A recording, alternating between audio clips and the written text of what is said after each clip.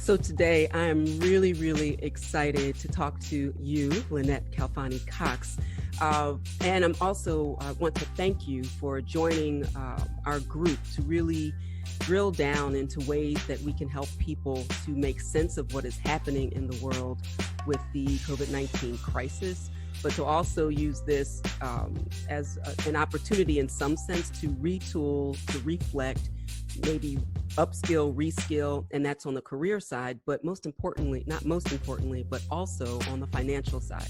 There's been so much financial devastation all around, and it's not just in one family or community or even state or even country.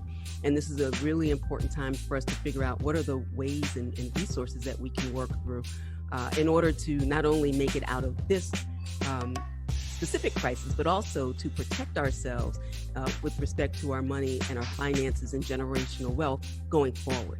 So the first thing I'd love for you to do is to talk a bit about your work. So I own a financial education company with my wonderful husband, Earl Cox. Yes. And essentially we teach people about money. So we've owned the business for 17 years. And, when folks call me the money coach, yes. I like that because that moniker definitely talks to what I am absolutely most passionate about professionally and what I love to do. I do really enjoy helping people to get ahead with their finances because I know not only from firsthand experience personally, but also from my professional background, I know the ways in which really having a solid financial footing is going to help so many people in so many ways. It helps them to have a lot more creativity on the job, right, and to even take risks on the job and to kind of go for it and not feel like, oh, I'm so restricted or I can't do things. It helps them in their relationships, frankly, because fewer arguments with your honey, right, about money means a better quality of life. It even helps them in a physical and emotional sense, because we know that based on research, a lot of people who have money problems actually have physical maladies, stress, sleepless nights, anxiety, depression, etc. And none of us wants that, especially not during this COVID-19 emergency.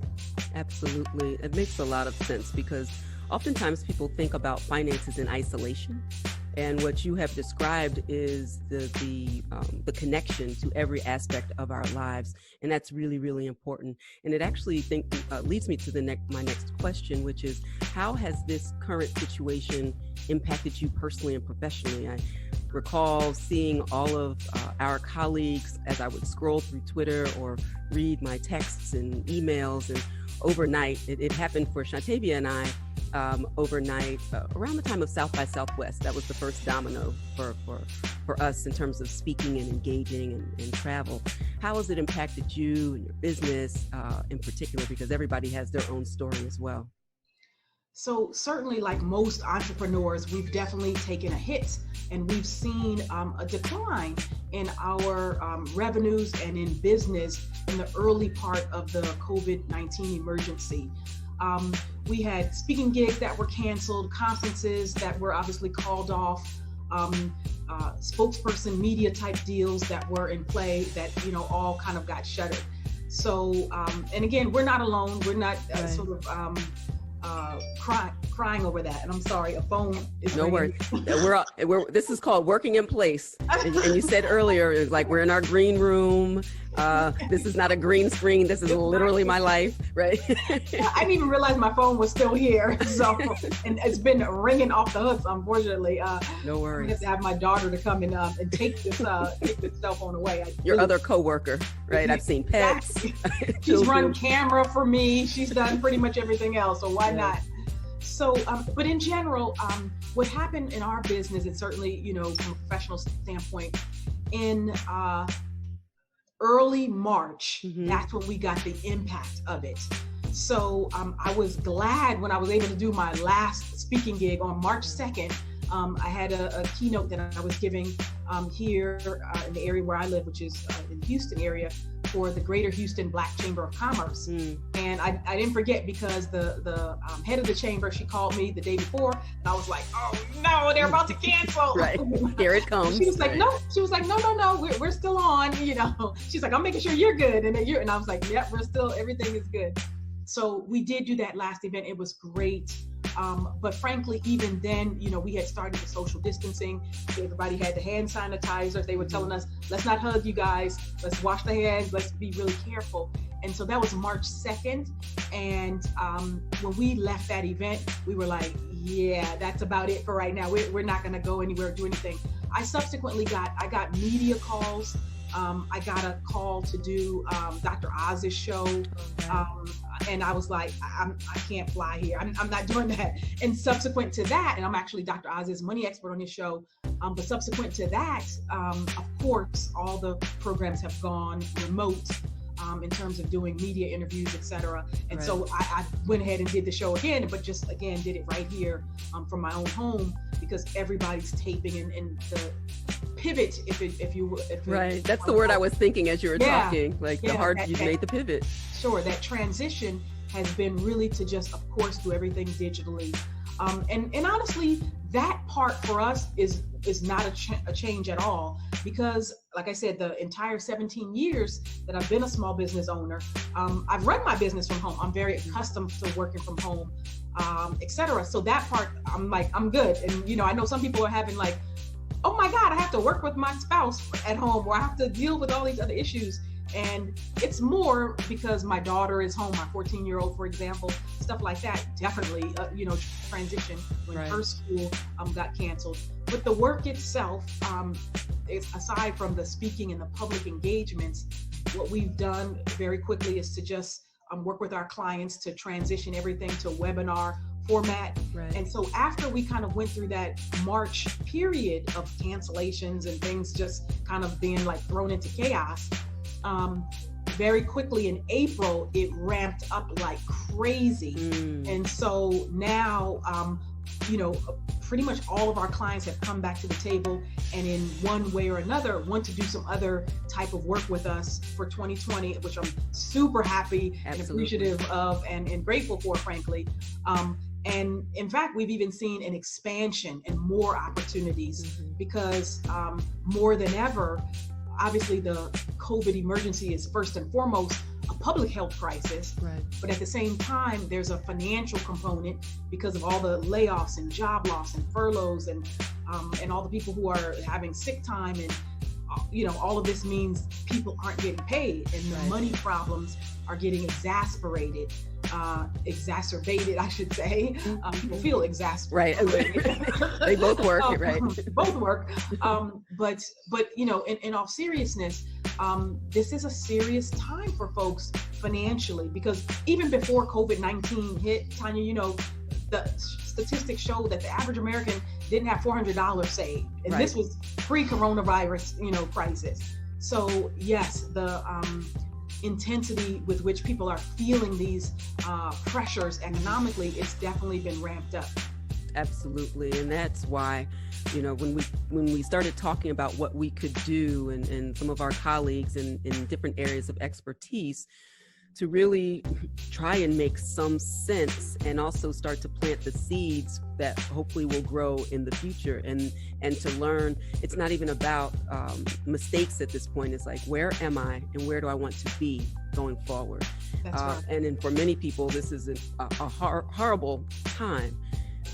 But after this passes, in what way can we structure our lives? And so I know you're going to talk about that at the Phoenix Rising Summit on this Sunday, April 19th, beginning at noon.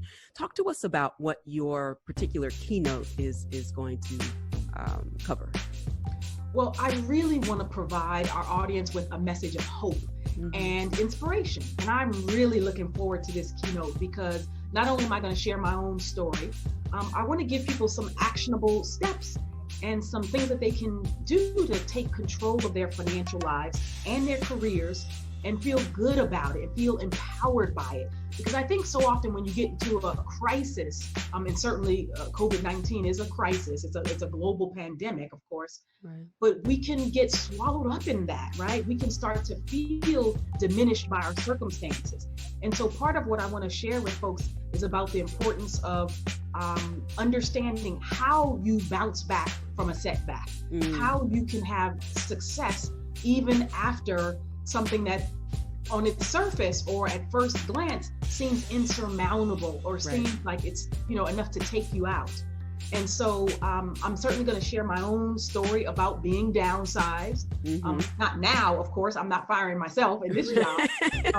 But I do think that given the fact that we've had 22 million Americans in the last 1 month alone who filed for unemployment benefits, who've gotten pink slips, who've been laid off, who've been furloughed, that's a shock to the system, not just financially, but it's an emotional blow as well. It's a little bit of a ego blow as well, because you think like, wow, I've contributed, I've done all this work for this company, and people know that it's not an employer's choice or what they would have wanted to do. Right. But I do think that among those organizations that are just looking and picking and choosing and saying, okay, we have to lay off X hundreds or X thousands or X dozens of workers. If you're among those who have been laid off, it does not feel good, Right. And I know because I've been there, and I made it to the other side with a wonderful story of not only perseverance and bouncing back,